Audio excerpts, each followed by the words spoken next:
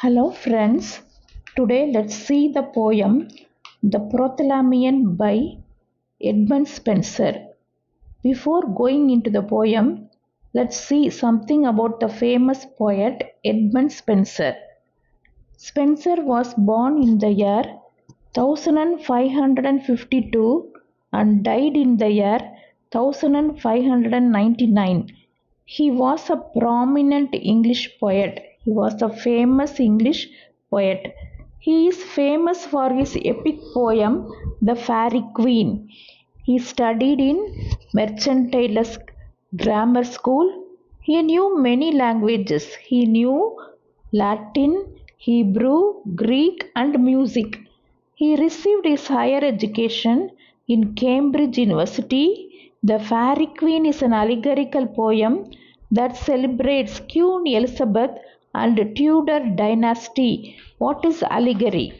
Allegory is a play, story, or picture in which each character or event is a symbol representing an idea or a quality such as truth or evil. Then, what is Tudor dynasty? The Tudor dynasty was of Welsh origin that ruled England and Wales from 1485 to 1603. The dynasty began with Henry VII and concluded with the death of Queen Elizabeth I. In this period, there was an important changes in the English history like English Reformation and the Renaissance. Renaissance means Marumalarchi. What are all his famous works? The Faerie Queene, The Shepherd's Calendar, and Amoroti. Amoroti is a collection of sonnets, Proclamation and Epithalamion. Spenser's castle in Ireland was burned down, and it is believed his wife and one of his children died in the fire. After his death, Spenser was buried in the Westminster Abbey near Chaucer. Proclamation was written in the year 1596 in celebration of the engagements of Elizabeth Somerset and Catherine Somerset. They are the daughters of Earl of Somerset. The poem presents Lady Elizabeth's engagement to Henry Guilford and Lady Catherine's engagement to William Peter, whose engagements are taking place, and the name of the pair they may ask. It's a nuptial song, it's a marriage song. Total number of lines in this poem 180. There are 10 stanzas in this poem. The first stanza begins with the description of River Thames. The poet was not happy with the job at the court. He needed mental peace. He saw flowers and enjoyed the breeze. So the poet requests the river to flow softly until he ends the song. The first stanzaல poet river Thames describe பண்றாரு. Spenser was not happy with the job profession at the court. அவர் வேலையில் அவர் சாட்டிஸ்ஃபைடாக இல்லை. அவருக்கு மன அமைதி தேவைப்பட்டுச்சு. So he relies on nature. Thames நதிக்கரையோரம் போய் அங்கே உள்ள ஃப்ளார்ஸை பார்த்து என்ஜாய் பண்ணுறாரு. அண்ட் த ப்ரீஸ் மீன்ஸ் தென்றல் காற்று அனுபவிக்கிறாரு. Then he request the river to flow softly until he ends the song. இந்த லைன் ஒவ்வொரு ஸ்டான்ஸாவோட எண்ட்லையும் ரிப்பீட் ஆகும். That is the refrain. What is the poetic device used here? The refrain. In the second stanza, the poet sees a group of nymphs. Nymphs means Vanadevadai. Nymphs in Greek and Roman stories, a spirit in the form of a young woman that lives in rivers and woods. So, nymphs are the symbol of purity, punidam. They prepared bouquet of flowers with primroses, white lilies, red roses, tulips, violets and daisies for the bride. So மணப்பெண்ணுக்காண்டி இந்த nymphs எல்லாம் சேர்ந்து இந்த flowers எல்லாம் வச்சு ஒரு பூங்கொத்து bouquet தயாரிக்கிறாங்க. So who are the bride? Elizabeth. and Catherine. They are the bride. So இந்த பிரைடுக்காண்டி அவங்க இந்த மலர்களெல்லாம் வச்சு ஒரு பூங்கொத்து தயார் பண்ணுறாங்க, பொக்கே தயாரிக்கிறாங்க. இந்த third stanza Spenser saw two swans swim across the river. So இந்த தேர்ட் ஸ்டான்ஸால் ஸ்பென்சர் 2 அன்னப்பறவைகளை பார்க்குறாரு. அது அந்த தேம்ஸ் ரிவரில் நீந்தி வருது. He compared the 2 swans with Jupiter. So அந்த 2 அன்னத்தையும் ஜூபிட்டரோட கம்பேர் பண்ணுறாரு. So Jupiter is the Roman god of the sky and thunder. So Jupiter to win the love of Leda he came in disguise. டிஸ்கைஸ்னால் மாறுவேடத்தில் வந்து லிடாவோட அன்பை லவ்வை வின் பண்ணுறதுக்காண்டி he came in a disguise. So ஜூபிட்டரோட இந்த 2 ஸ்வானையும் கம்பேர் பண்ணுறாங்க. ஆனால் ஜூபிட்டரும் லிடாவும், ஜூபிட்டர் மேல் லிடா ஃபீமேல், இந்த போயத்தில் இந்த 2 ஸ்வான்ஸும் female, Elizabeth and Catherine. These swans are shinier than Lida. So இந்த ஸ்வான்ஸ் வந்து லிடாவை விட ரொம்ப ஷைனியராக பிரைட்டராக இருக்குது, ரொம்ப பிரகாசமாக இருக்குது. The river god of Thames instructs its water not to dirt the sacred wings of the swans. So river god of Thames, அந்த கடவுள், தேம்ஸ் நதியோட கடவுள் வந்து இன்ஸ்ட்ரக்ட் பண்ணுது. என்ன பண்ணுதுன்னா, இந்த ஸ்வான்ஸோட விங்ஸ், இறகுகள் வந்து டர்ட் ஆகிடக்கூடாது. ஸோ அதனால் அந்த வாட்டர், தேம்ஸ் நதியில் உள்ள நீர் வந்து பியூராக இருக்கணும், அதை வந்து பார்த்துக்கணும். ஸோ இம்ப்யூராக இருந்தால் அந்த பறவைகளோட இறகுகள் டர்ட்டி ஆயிரும் அப்படின்னு சொல்லி சொல்கிறார்.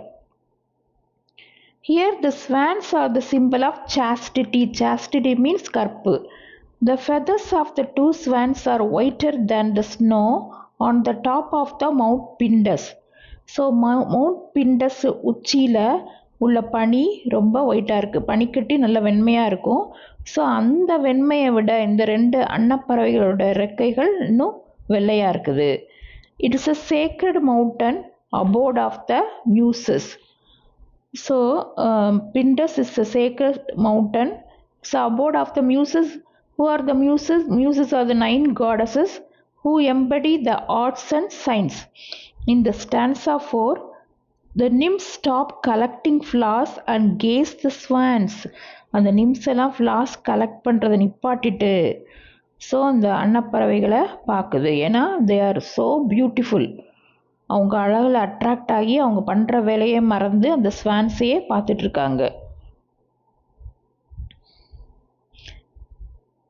They thought it seemed impossible that they were born from any mortal creature. Mortal human beings பிறந்தவங்களாம் அவங்க இருக்கவே முடியாது. தே ஆர் ஹெவன்லி creatures அப்படின்னு சொல்லி நினைக்கிறாங்க. Then the nymphs threw the flowers onto the swans. Then the nymphs threw the flowers onto the swans and onto the water of the river. The river seemed like the river Peneus in Greece, which flows through the Tempe, a valley in Thessaly. Then the nymphs வந்து அந்த flowers எல்லாம் அந்த swans மேலேயும் அந்த ரிவரில் உள்ள தண்ணிலையும் போடுறாங்க. The river was covered with lilies. It seemed like the floor of the bridal chamber. Lilies white கலரில் இருக்கும். அந்த ரிவர் ஃபுல்லாக லில்லிஸ் கவர் ஆகிருக்கிறது. அந்த பிரைடல் சேம்பர் மாதிரி இருக்குது. What is bridal chamber? A room for the newly married couple. So அவங்களோட floor மாதிரி decorate பண்ணி இருக்கிற அவங்களோட ரூம் மாதிரி இருக்குது. அந்த ஃப்ளோர் மாதிரி அந்த ஒயிட் லில்லிஸ் ரிவரில் இருக்கிறது பிரைடல் சேம்பருக்கு கம்பேர் பண்ணியிருக்காங்க. நிம்ஸ் பிரசன்டட் ஃப்ளார் க்ரௌன். நிம்ஸ் எல்லாம் சேர்ந்து அந்த மலர்களால் செஞ்ச கிரீடத்தை அந்த ஸ்வான்ஸுக்கு கொடுக்குறாங்க. Swans own them on their forehead. Swans அதை தலையில் வச்சுக்கிறாங்க. Then Spencer wishes the couple live with eternal peace. Eternal means permanent. So அடுத்து ஸ்பென்சர் வந்து மணமக்களை வாழ்த்துறாரு. அவங்க எப்பொழுதும் எந்த ப்ராப்ளம் இல்லாமல் அமைதியோடு வாழணும், பெர்மனண்ட் பீஸில் அவங்க இருக்கணும்னு சொல்லி ப்ரே பண்ணுறாரு. He also prays to Cupid and Venus to bless the couple to have kids, a sign of dignity. Venus is the god of love, beauty and fertility. Cupid is the son of Venus, Roman god of love, desire and attraction. So married life will be completed only if they beget children. அதனால் அந்த காட்ட வீனஸ்டையும் கியூபிட்டையும் இவங்களுக்கு குழந்தைங்க பிறந்து அந்த சில்ட்ரனோடு அவங்க நல்லா இருக்கணும்னு சொல்லி ப்ரே பண்ணுறாரு. The poet describes the whole environment is celebrating. அந்த சுற்றி இருக்கிற எல்லா இடமே செலிப்ரேஷனாக இருக்குது, எல்லாரும் சந்தோஷமாக இருக்கிறாங்க. Cynthia outshines all lesser stars. Cynthia goddess of moon, நல்ல பிரைட்டாக மூன் பிரைட்டாக இருக்கிறதுனால ஸ்டார்ஸ் எல்லாம் தெரியவே இல்லை. அதே மாதிரி இந்த 2 ஸ்வான்ஸு ரொம்ப பியூட்டிஃபுல்லாக இருக்கிறதுனால அதை சுற்றி இருக்கிற மற்ற water creatures, flowers, lotus like that and fish, சுற்றி இருக்க எந்த க்ரீச்சரும் லெஸ் பியூட்டிஃபுல்லாக தெரியுது. அந்த பேர்ட்ஸுக்கு பக்கத்தில் அவங்களோட அழகு ரொம்ப கம்மியாயிடுச்சு. All other water creatures flock around, they are less beautiful. They reach merry London. According to him, London is his nurse. So லண்டனை ஏன் நர்ஸ்ன்னு சொல்கிறார் போய்ட்னா, he was brought up there, he got his education there. அங்கே தான் அவர் படிக்கிறாரு. They pass stately palace, Essex house. The poet describes about the place where wedding ceremony is being performed in the mighty castle of Earl of Essex. So wedding ceremony is being performed where? In the mighty castle of Earl of Essex. In the final stanza, Earl of Essex walked towards the river. He is accompanied by the 2 grooms. Final stanza la Earl of Essex river நோக்கி போறாரு to receive the bride. Elizabeth and கேத்தரினை receive பண்ணுறதுக்காண்டி போகிறாரு. கூட போகிறது 2 bright குரூமும் கூட போகிறாங்க. தே look like, அவங்க பார்க்குறதுக்கு எப்படி இருக்கிறாங்கன்னா, they look like the twins of Jupiter, namely Castor and Pollux. So Castor and Pollux மாதிரி ஜூபிட்டருக்கு ட்வின்ஸ் இருக்காங்க, கேஸ்டர் அண்ட் போலக்ஸ். அவங்கள மாதிரி இந்த 2 பிரைட் குரூமும் இருக்கிறாங்க. Both the grooms holds the hands of their brides. 2 பேரும் மணமகளோட கையை பற்றுறாங்க. There ends the poem. Then question and answers. What is the subtitle of the poem? Spousal verse in honor of the double marriage of ladies Catherine and Lady Catherine Somerset. So something wrong here. Elizabeth, Lady Elizabeth and Lady Catherine. So we'll change that. It is a nuptial song, it is a marriage song. They are the daughters of Earl of Worcester. Elizabeth and Catherine are the daughters of Earl of Worcester. In the beginning of the poem, Spenser describes River Thames. So the book is published in the year 1596. Nymphs thought that swans were driving the chariot of Queen Venus. The stanzas were based on the model of Italian canzone. First 4 lines are in iambic pentameter. Color of the flock of nymphs. Locks. Locks means hair. Green color. Color of the flock of nymphs hair, green color. Mythological daughters of river Thames, nymphs. Nymphs are the daughters of river Thames according to mythology. The swans looked holy and whiter than Jupiter. 2 swans swimming down the river Lee. Flower closes at evening according to Spenser, little Daisy. The river Thames seemed to be like river Venus. Roman goddess of moon Cynthia. Zephyrus in Greek mythology means wind. Zephyrus, wind. So I hope you all understand and it will be of great help to you. Don't forget to subscribe my channel. Thank you. Meet you soon.